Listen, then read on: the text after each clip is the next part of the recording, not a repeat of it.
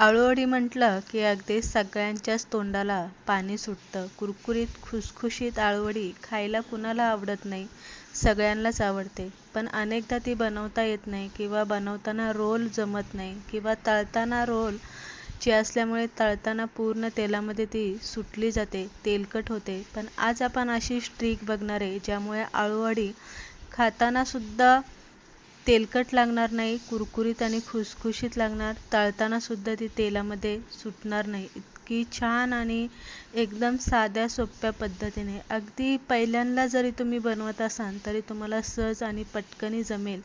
तसंच इथे आपण हाताने पीठ न खालवता एक नवीन ट्रिक मी तुम्हाला इथे दाखवणार आहे. तर चला कोणताही वेळ न घेता रेसिपीकडे पटकनी वळूया.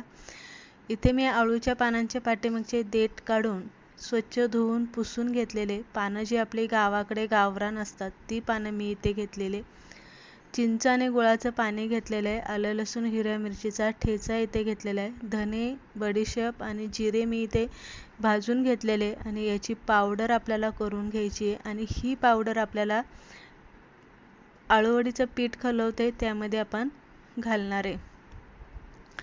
हिचा उपयोग आपण दुसऱ्या पण रेसिपीसाठी, चाटसाठी करू शकता, नमकीनसाठी करू शकता किंवा भाजीसाठी सुद्धा तुम्ही ह्या पावडरचा वापर करू शकता. आता हाताने आपल्याला पीठ अजिबात खालवायचं नाही. मिक्सरच्या भांड्याचा आपण वापर करणार आहे. 2 वाट्या मी इथे बेसन पीठ घेतलेले, त्यामध्ये आपल्याला चिंच आणि गुळाचं पाणी घालून मिक्सरला आपल्याला हे पीठ फिरवून घ्यायचं. बघू शकता किती स्मूथ आणि एकदम घट्टसर असं पीठ आपल्या इथे मिक्सरला आपण फेटून घेतलेले. हाताने जर आपण खलवलं तर इतकं स्मूथ होत नाही आणि इतकं बारीक मऊसूद सुद्धा ते होत नाही, म्हणून इथे मिक्सरचा वापर करायचा. आणि त्यामुळे काय होतं, वेळ सुद्धा आपला इथे वाचतो. त्यामध्ये आपल्याला 1 चमचा पांढरे तीळ, अर्धा चमचा ओवा मी हाताने चोळून घेतलेला आहे. जी पावडर आपण करून घेतलेली ती 1 चमचा, लाल तिखट 1 चमचा, हळदीचा वापर मात्र इथे फार कमी करायचा. हिंग आपल्याला इथे घालून घ्यायचे, आलं लसूण हिरव्या मिरचीचा ठेचा, चवीप्रमाणे मीठ, गरम मसाला आपल्याला यामध्ये घालायचा आहे. आणि जो घरगुती आपला मसाला असतो, मिक्स मसाला, तो इथे 1 चमचा मी घालून व्यवस्थित आपल्याला हे पीठ मसाला आपल्याला पिठामध्ये व्यवस्थित खलवून घ्यायचा. चमच्याने जर जमत नसेल तर इथे तुम्ही हाताचा वापर मसाला खलवण्यासाठी केला तरी चालेल. तर पीठ इथे आपलं खलून झालेलं आहे. चाळणी घेतलेली आहे, कपडा चाळणीवरती घालून घेतलेला आहे. कढईमध्ये पाणी तापायला ठेवलेलं आहे.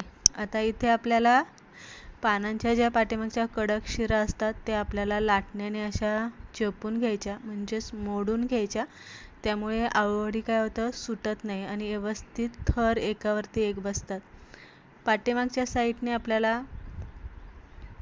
या पद्धतीने पीठ लावून घ्यायचं. आता आळूवडी आपल्याला किती मोठी आणि जाड पाहिजे तुमच्या अंदाजानुसार किंवा आवडीनुसार तुम्ही इथे पानांचा थर इथे लावून घेऊ शकता. पीठ अगदी या प्रमाणात जास्तही नाही लावायचं आणि कमी सुद्धा नाही लावायचं. तर याच पद्धतीने एकदम कडेपर्यंत पसरून घ्यायचं.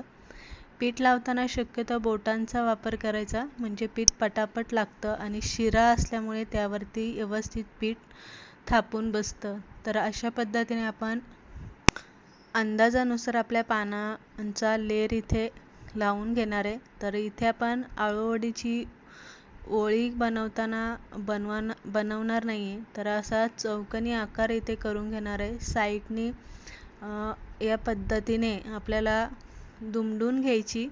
अगदी साईडनी पहिली पाठीमागचा भाग आणि त्यावरती लगेच आपल्याला पीठसुद्धा इथे पातळ असं लावून घ्यायचं.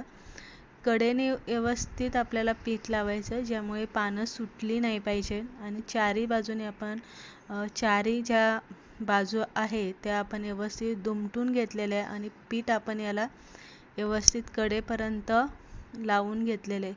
आता चाळणीमध्ये आपण कपडा का घालून घेतला, कारण आपल्या खालचं जे पाणी ते याला लागू नये किंवा वरून जर वाफेचं पाणी जर पडलं तर कपड्याने पटकन शोषून घेतलं पाहिजे, म्हणून आपण कपड्याचा वापर इथे चाळणीत केलेला आहे. पाण्याला उकळी आलेली आहे आणि त्यानंतर आपल्याला ही चाळणी इथे लगेच ठेवून घ्यायची. आळूवडी करून लगेच बाहेर ठेवायची नाही, कारण ती लगेच अशी नरम पडते आणि लगेच हिदी होते किंवा गिचकी होते. आता इथे आपण वडी रोल न करता आपण तिथे चौकोनी असा त्याचा आकार करून घेतलेला आहे. पण इथे मी आता तुम्हाला रोलसुद्धा करून दाखवणार आहे. तर आपल्याला किती मोठा रोल बनवायचा किंवा किती जाड बनवायचा त्यानुसार आपल्याला पानांना पीठ लावून घ्यायचं. परत एकदा जसं आपण पहिल्या आळूवडीला दुमटून घेतलं तसंच आपण साईडनी ते दुमडून घेणार आहे आणि पीठ लावून घेणार आहे आणि त्यानंतर घट्टसर असा रोल आपल्याला दाबून बनवायचा. मध्ये जर हवा राहिली ना तर काय होतं, पोकळ राहते आळूवडी आणि तेलामध्ये पटकन सुटली जाते. जिथे आपण भाग आपला दुमडून घेतलेला आहे तिथं पीठ लावून घ्यायचं आणि परत कडेलाच ही वडी ठेवून अगदी 15 मिनटं वाफेवरती आपल्याला शिजून घ्यायची. तर 15 मिनटं झालेले आणि आळूवडी व्यवस्थित आपली शिजली गेलेली आहे. आता ही थंड करायला आपण ठेवणार आहे. साधारणतः 2 तासानंतर तुम्ही इथे बघू शकताय छान अशी थंड झालेली, कडक झालेली, कुठेही चिटकली नाही, कपड्याला तर अजिबात चिटकलेले नाही आहे. आता रोल केलेली आळूवडी तर आपण अनेकदा कट पण केलेली आहे आणि तळूनसुद्धा बघितलेली आहे. पण जी आज आपण नवीन पद्धत बघणार आहे आळूवडीची, ती आपण इथे कट करून आणि तळून घेणार आहे. सुरीने या पद्धतीने आपल्याला उभे काप करायचे आणि त्यानंतर आपल्याला एक एक पट्टी साईडला घेऊन याचे छोटे छोटे आपल्याला इथे काप करून घ्यायचे. आता इथे तुम्हाला किती मोठी आकाराची पाहिजे त्यानुसार तुम्ही आवडीनुसार कमी जास्त करून बारीक असे काप इथे करून घेऊ शकता. अगदी साध्या सोप्या पद्धतीने, तेलामध्ये सुटत नाही. दुसरी गोष्ट म्हणजे खूप सारे असे शंकरपाळीसारखे लेयर्स तिचे सुटतात, कुरकुरीत होती आणि तेलकटसुद्धा ती होत नाही. खायलासुद्धा एकदम खुसखुशीत लागते आणि दुसरी गोष्ट म्हणजे ती बनवायला एकदम सोप्या पद्धतीने. आता इथे तेल चांगलं गरम करायचं आणि गरम तेलामध्ये आपल्याला आळूवडी इथे तेलामध्ये सोडायची. 1 मिनिटभर आपल्याला ते तसाच गॅस फास्ट ठेवायचा आणि नंतर मिडियम करायचा.